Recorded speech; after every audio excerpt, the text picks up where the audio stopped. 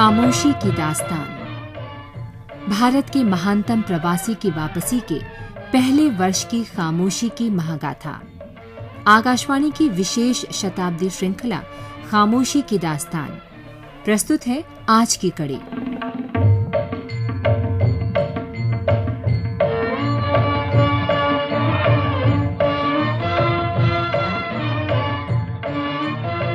गंदगी गांधी को बेतरह विचलित करती थी, लेकिन वो थी हर जगह जैसे सर्वव्यापी हो।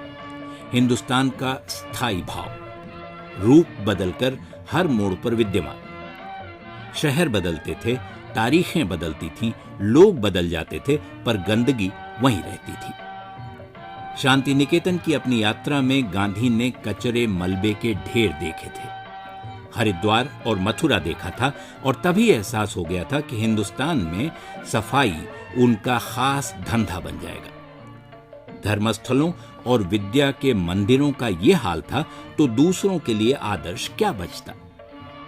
मद्रास यात्रा में गांधी कस्तूरबा के साथ रेलगाड़ी के आखिरी डिब्बे के यात्री थे। बाकी डिब्बे भर गए थे, इसलिए जगह वहीं मिली। डिब्बे की हालत दूसरी ट्रेनों से बेहतर थी, लेकिन तीसरे दर्जे के यात्रियों के प्रति रेल अधिकारियों का व्यवहार यहां भी अच्छा कतई नहीं कहा जा सकता था। बेवजह डांट डपट, अनावश्यक सवाल जवाब। हालांकि ये याद नहीं था कि ऐसा कहां हुआ, गांधी ने महसूस किया कि उन पर नजर रखी जा रही है।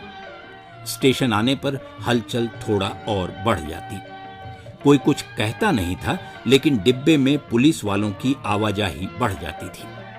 वे बार बार उधर से गुजरते, कनखियों से देखते जैसे भांपने की कोशिश कर रहे हों। रेल अपनी रफ्तार से चलती रही और पहले 2 दिन कोई असुविधा नहीं हुई। अंत में 16 अप्रैल को पुलिस वालों ने गांधी से पूछताछ का फैसला किया, लेकिन जल्दी ही उन्हें बात समझ में आ गई। पूछताछ खत्म हुई और वे दोबारा नहीं लौटे।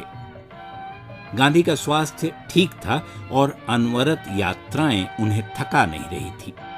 उल्टे हर यात्रा के साथ उनका उत्साह बढ़ता जाता। धारणा प्रबल होती कि हिंदुस्तान को किसी और चश्मे से देखा ही नहीं जा सकता, समझा तो बिल्कुल नहीं जा सकता। वैसे कई बार गांधी महसूस करते थे कि यात्राओं के बीच कुछ अंतराल बेहतर होता, लेकिन हिंदुस्तान की आबो हवा की पवित्रता हर बार उनमें नई जान फूंक देती थी, ऊर्जा भर देती थी। उनकी सलाह थी कि सबको, और खास तौर पर उपनिवेशों में जन्मे हिंदुस्तानियों को, एक बार घर से निकल पड़ना चाहिए, कर्तव्य की तरह।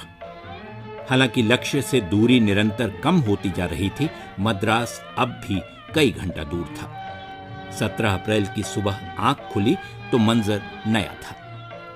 नारियल के पेड़ ज्यामितीय आकृतियां बना रहे थे। पानी और पत्तों का रंग बदल गया था। रेलगाड़ी शाम को सूरज ढलने से पहले मद्रास पहुंच गई।